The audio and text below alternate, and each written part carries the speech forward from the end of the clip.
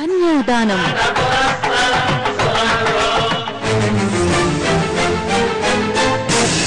నిన్ను చూస్తుంటే ఆనందం కోపం రెండూ వస్తున్నాయి. ఒక ఫ్రెండుగా అర్చన భవిష్యత్తు బాగుండాలని నువ్వు కోరుకోవడంలో తప్పులేదు. ఈ పరిస్థితుల్లో అర్చన తీసుకునే నిర్ణయం ఈ ఇంటి పరువు మర్యాదలకు సంబంధించింది. దీని గురించి నువ్వు ఆలోచించకపోవడం తప్పు. అర్చన, ఈ క్షణం నుంచి నీ మనసులో మురళిని తీసేయ్. నువ్వు మురళిని మర్చిపోలేకపోతే నీ అమ్మా నాన్నల్ని మర్చిపోవడమో వాళ్ళు నిన్ను మర్చిపోవడమో జరుగుతుంది. మా కాబోయే అల్లుణ్ణి మాకొకసారి పరిచయం చేయండి అన్నయ్య గారు.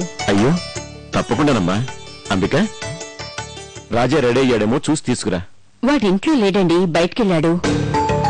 నిశ్చితార్థం పెట్టుకుని ఇప్పుడు బయటకు వెళ్ళటమేంటే? త్వరగా రమ్మని ఫోన్ చేసి చెప్పు. చేశానండి. రాజా సెల్ స్విచ్ ఆఫ్ చేస్తుంది, వచ్చేస్తాడులేండి. పంతులు గారు, అమ్మా, ఆ అబ్బాయి ఎవరికి చెప్పకుండా బయటికెళ్ళాడు. మీరెవరికి అనుమానం రాకుండా అమ్మాయికి ముందు నిశ్చితార్థం జరిపించడం మా ఆచారం అని చెప్పండి. ఈలోగా వాడొచ్చేస్తాడు. అలాగేనమ్మా. ఈమె పద్మజారాణి గారు, మా అమ్మాయి కాబోయే అత్తగారు. ఈయన మా అబ్బాయి కాబోయే మావగారు, అత్తగారు. నమస్తే. చేసుకుపోయే అమ్మాయి. నమస్కారం అండి. నమస్తే ఆంటీ, తీసుకోండి. కొడుక్కి కూతురికి ఒకేసారి నిశ్చితార్థం చేస్తున్నావు అంటే నువ్వు చాలా అదృష్టవంతుడు అన్నయ్య.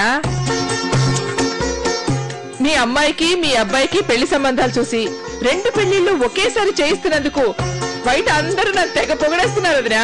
ముహూర్తానికి టైం అయినట్టుంది, ఇంకా లేట్ ఏమైనా ఉందా? పంతులు గారు, అమ్మా, 2 నిశ్చితార్థాలు ఒకేసారి అయినా ముందు ఆడపిల్ల నిశ్చితార్థం జరిపించటం మీ ఆనవాయితీ గనుక ముందు అమ్మాయిని తీసుకురండి. అలాగేనండి. వదినా, రాజా అత్తమామలు కాబోయే అల్లుడిని చూడాలని తెగ ఆరాటపడుతున్నారు. అబ్బాయిని చూశాక నిశ్చితార్థానికి ముందే మనం అనుకున్న డబ్బులు ఇస్తారట. డబ్బులున్న సూట్ కేసులు వాళ్ళ కారులోనే ఉన్నాయి. రాజాని చూడగానే నోట్ల కట్లన్నీ మన బీరువాలోకి వెళ్ళిపోతాయి. ఎక్కడ రాజా?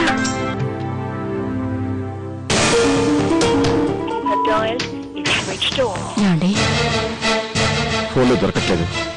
అయినా వీడు ఇప్పుడు టెన్షన్ పెట్టేంటి మనల్ని? వాడొచ్చేలోగా మన పరువు పోకూడదని ముందుగా అమ్మాయి నిశ్చితార్థం జరిపించమని పంతులు గారితో చెప్పాను. అరగంట అయితే మేనేజ్ చేయొచ్చు. ఈలోగా వాడు రాకపోతే మన పరిస్థితి ఏంటో అర్థం కావట్లేదండి.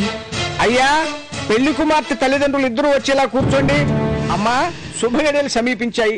అయ్యా విశ్వనాథం గారు, తాంబూలాలు మార్చుకోండి. ఓం గణానాథ గణపతి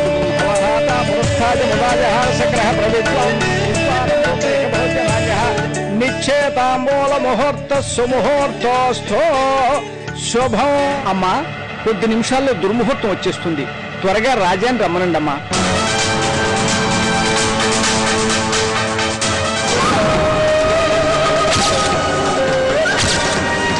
మీరేం పెద్ద మనుషులయ్యా?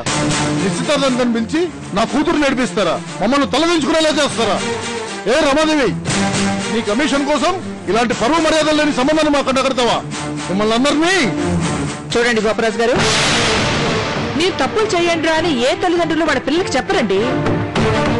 మీ అమ్మాయి కూడా గతంలో ఒకరిని ప్రేమించింది కదా, మీరు చెప్తేనే ప్రేమించిందా? పిల్లలు చేసిన తప్పుకి పెద్దవాళ్ళని చేస్తారండి. తప్పు జరిగింది కాబట్టే మీరు అంటున్నారు, వీళ్ళు పడుతున్నారు. నేను తప్పు చేశాను నాన్న, కానీ నేను చెప్పేది పరువుగా బతుకుతున్న మమ్మల్ని అందరి ముందు తల దించుకునేలా చేసావు కదా. దయచేసి నేను చెప్పేది వినండి నాన్న. ఏంటా నువ్వు చెప్పేది? నీకితను కొడుకే కావచ్చు, కానీ ఈ క్షణం నుంచి ఇతను నా భర్త. తన భర్తను ఎవరేమన్నా, భర్త వంటిపై ఎవరు చెయ్యేసినా ఏ భార్య సహించదు. ఏమండి, జరిగిందేదో జరిగిపోయింది. ఇప్పుడు మనం ఆవేశపడ్డా ప్రయోజనం లేదు. మనం తర్వాత మాట్లాడుకుందాం. రాజా, నువ్వు అమ్మాయిని తీసుకుని నువ్వు ఆ ఇంట్లో అడుగు పెట్టినోడే చంపేస్తాను.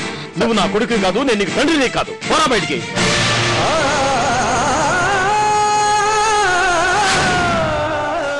కన్యాదానం.